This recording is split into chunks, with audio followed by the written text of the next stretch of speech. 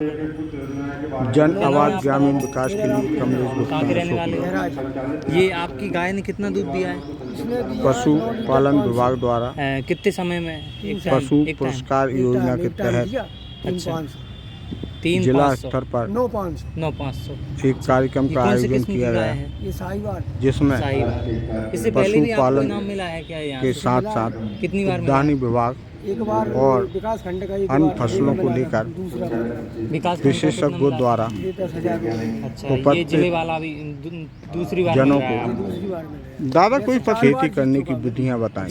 4 बार। हाँ, दूसरी कृषि बार विज्ञान उसके केंद्र बाद के से 2 बार जीता। ये गाय 2 बार वैज्ञानिक दे चुकी है आप। डॉक्टर गुप्ता ने इसके लिए भी कुछ अपना आप क्या उद्बोधन खिलाते दिया। हो? कुछ अलग रहता है क्या?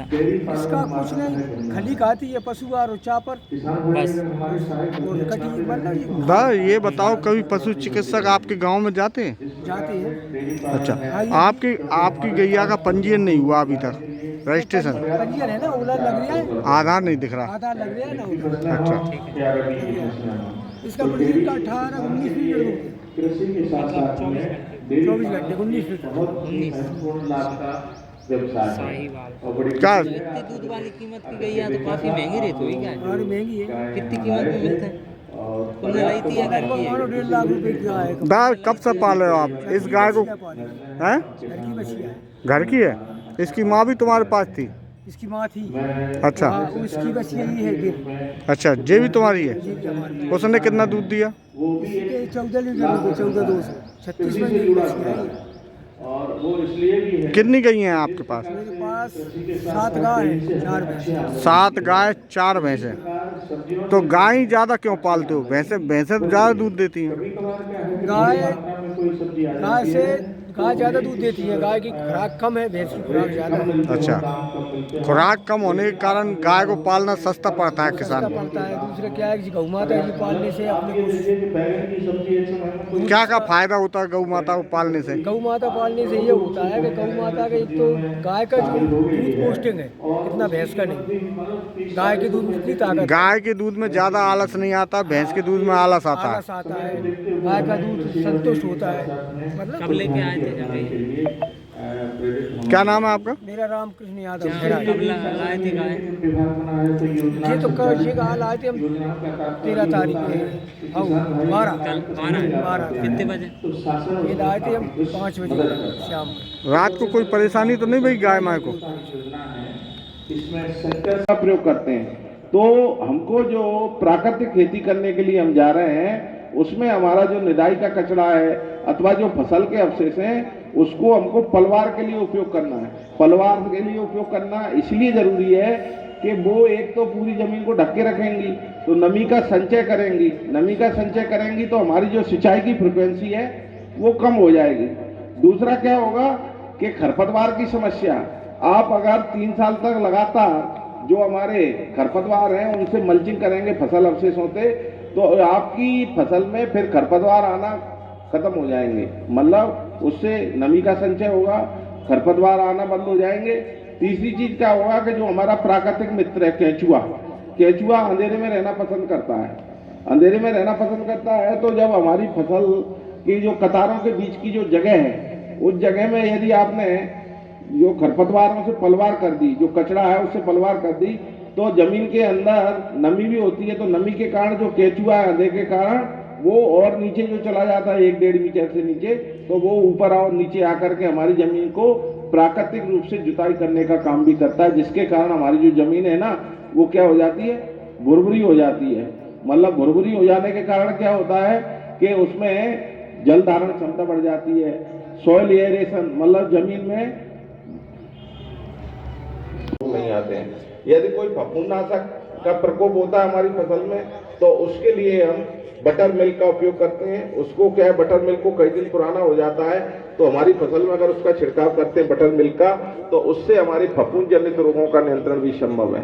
दूसरी आपने एक चीज और देखी होगी कि आप गर्मी के दिनों में आप देखिए घास का के बराबर आपको उत्पादन मिलेगा, तब नहीं मिलेगा। लेकिन अगर आप पूरा का पूरा उसका पूरा पैकेज आप करेंगे, तो आपको 2-3 सालों में आपको उतना ही उत्पादन प्राप्त पौष्टिक रहेगा। और उसके टेस्ट में भी चेंज आता है, क्वालिटी में, मतलब क्वालिटी बहुत अच्छी रहती है। वो जो कुरुक्षेत्र में उनके द्वारा प्रयोग किए गए थे। तो धान की फसल में उन्होंने जो पहली बार प्राप्त किया था उसमें 21 कुंटल धान का उत्पादन प्रति एकड़ प्राप्त किया था।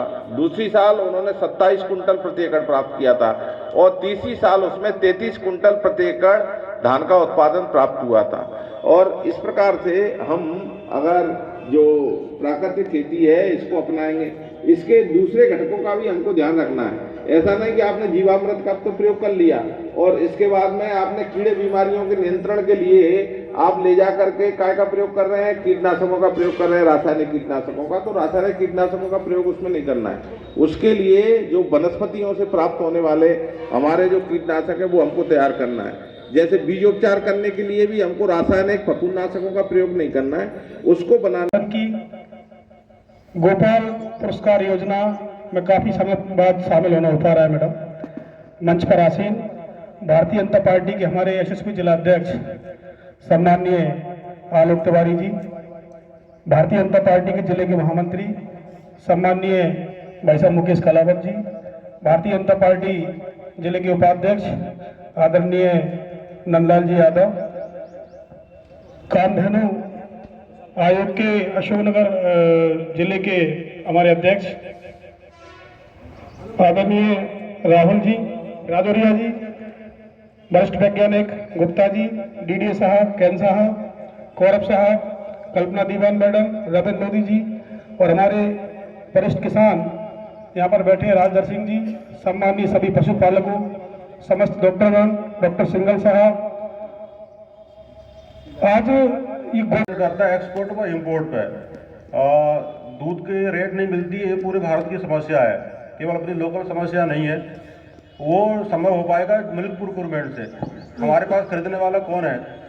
एक सांची है, सांची भी सभी गाँवों से खरीदता नहीं है। बाकी आप दूसरे प्रदेशों में देखोगे तो ढेरों टाइप की कंपनियां हैं जो किसान का दूध जाकर घर जाकर खरीदती हैं। तो सरकार चाहे कि आपको बहुत अच्छी रेट दे दे, तो ये किसी के बस में नहीं है। जब एक्सपोर्ट खुलता है दूध के रेट बढ़ जाते हैं। इस साल दूध के रेट बहुत अच्छे रहे, मैं कल 60-65 तक दूध के रेट चले गए थे, है ना। तो वो क्या मार्केट के हवाले रहता है।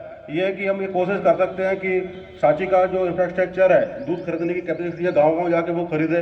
तो छोटे छोटे जो हमारे जो पशुपालक भाई है जो दूध सोचते हैं दूध कहाँ दें, मतलब वो सोचते हैं यार किसी दूसरे को देंगे मिडिल मैन को तो वो काटेगा, तो वो क्या दे नहीं पाते हैं। तो ये रूट अगर मिल्क रूट अगर बन जाए, कुछ प्राइवेट कंपनियां भी जैसे मसूद है, परम है, पारस है, इस टाइप की कंपनियां भी आ जाए, को सांची भी थोड़ा सा एफर्ट लगाए, तो किसानों का दूध जो है घरों में खरीदने लगेगा, तो निश्चित तौर से उसे किसानों को लाभ होगा, सभी लोगों को उससे जो है रेट भी मिलेगी और उनकी प्रगति भी होगी। अब मैं इस कार्यक्रम के जो हमारे मुख्य बनने की आवाज आती है तो भगवान कृष्ण का वास होता है, उस घर में भगवान कृष्ण आते हैं। तो मैं तो सभी से निवेदन करूंगा कि सभी लोग एक गाय पालें, देसी गाय भारत की नस्ल की, और अपना स्वास्थ्य भी अच्छा रखें, अपने बहुत अच्छा रहेगा। बहुत बहुत धन्यवाद। यहाँ के इतना अच्छा स्टाफ है। मैं 3 दिनों से आया हूँ, रावसर का रहने वाला हूँ, यहीं रहता हूँ। तो सभी ने बहुत अच्छी व्यवस्था की, बिस्तर थे, सभी को खाना पानी, गाय का ध्यान। मेरी गाय बीमार हो गई थी सर मेरे पास, मुझे दुख है कि मेरी गाय नंबर 1 इसलिए नहीं आ पाई कि उसको निमोनिया हो गया। तो जिस दिन आई उसी दिन उसका ट्रीटमेंट हुआ। मेरी गाय 10 लीटर दूध आज भी एक टाइम देती है सर। अभी वो भाई साहब देख के आए थे, मेरी घर चेक करके आए थे, तो बीमार में ही उसके 8.5 लीटर दूध था, लेकिन उसे यहाँ के 2 दिन से कुछ खाया ही नहीं। तो उसका आज भी इसके बाद भी 6 लीटर से ज़्यादा दूध दिया उस गाय ने एक टाइम में। तो मुझे अच्छा लगा, लेकिन मुझे अब कुछ गलतियाँ हुई मेरे से। मैं प्रयास करूंगा अगली बार मेरी गाय जिले में नहीं MP में नाम करेगी सर। Yes sir.